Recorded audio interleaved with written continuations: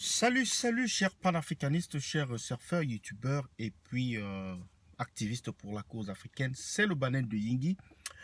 Aujourd'hui, le sujet chaud, le sujet qui fait l'actualité en cette journée, je pense du 14,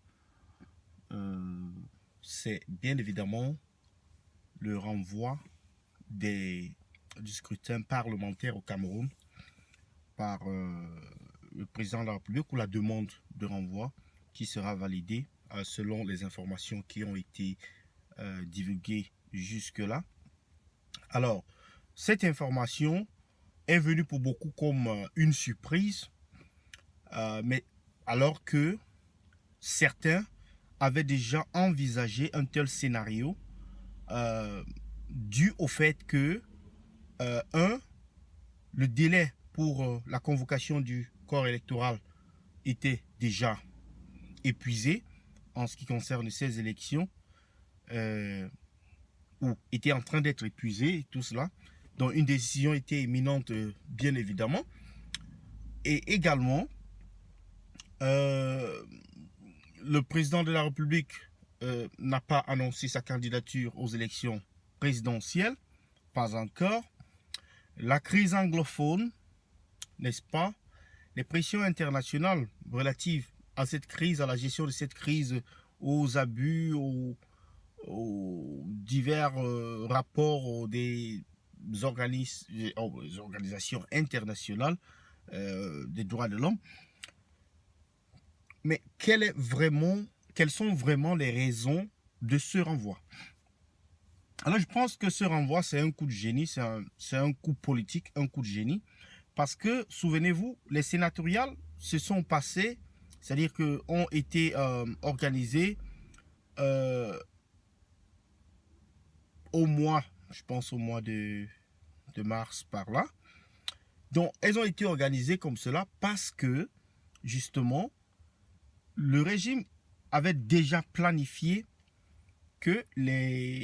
savait déjà que les élections législatives ne devaient pas avoir lieu et par conséquent, ils avaient déjà organisé ça comme ça, qu'elle n'ait pas lieu pour qu'ils puissent avoir la mainmise sur le Sénat et donc d'utiliser ces parlementaires sortants pour pouvoir élire un Sénat. Et l'opposition a failli parce qu'elle n'a pas pu mettre le pied par terre et dire non, nous ne pouvons pas accepter cela. Quelles sont donc les autres raisons qu'on peut voir sur cet état des lieux? C'est de dire également que les partis d'opposition peuvent voir cela comme une manne qui leur tombe du ciel. Parce que là encore, cela pourrait leur permettre de voir combien de personnes sont inscrites sur les listes électorales. Ça dit simplement, ça renvoie simplement à la campagne électorale de 12 mois. Qui donne beaucoup de temps aux gens de se préparer, n'est-ce pas, de faire savoir aux Camerounais ce qui ne marche pas, ce qui n'a pas marché, les ordures, c'est-à-dire le sous-développement, le manque de route, les villages qui sont coupés du reste du pays, n'est-ce pas, les écoles où il n'y a pas de professeurs, les écoles où il n'y a pas d'enseignants envoyés par l'État, suffisamment d'enseignants, les hôpitaux, il manque de médicaments, ainsi de suite, ainsi de suite. Donc, il y a un peu de tout cela que l'opposition peut faire de n'est-ce pas, de ce coup, de cette situation, tirer, n'est-ce pas, quelque chose de positif au travers de cela. Et maintenant, on aurait bien souhaité que les élections aient lieu. Parce que normalement, il fallait que les élections aient lieu. On parle n'est-ce pas, chevauchement. Mais le chevauchement a été créé parce que, précédemment, c'est le président de la République lui-même qui avait prolongé le mandat qui avait fait la même chose en prolongeant le mandat des députés. C'est pour cela que les deux, la présidentielle et puis les parlementaires, sont maintenant au moment presque. Mais dans d'autres pays, on fait des élections générales où on peut organiser même 5 scrutins en une journée. Il suffit d'avoir un bon bulletin de vote, un bon bulletin où on met toutes ces options-là dessus, et puis les gens vont voter, et il n'y a aucun problème.